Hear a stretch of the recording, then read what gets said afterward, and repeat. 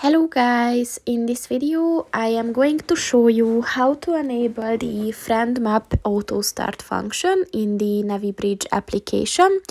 But first I just want to mention, don't forget to subscribe to my channel, because at 10,000 subscribers I am going to show you my whole YouTube revenue statistics and growth strategy, as well as how to make money online. Let's jump into it. First of all, open the application on your phone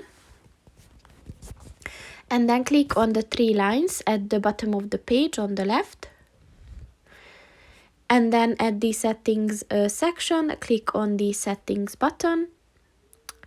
And then if you scroll down at the friend map section, look for the friend map auto start button.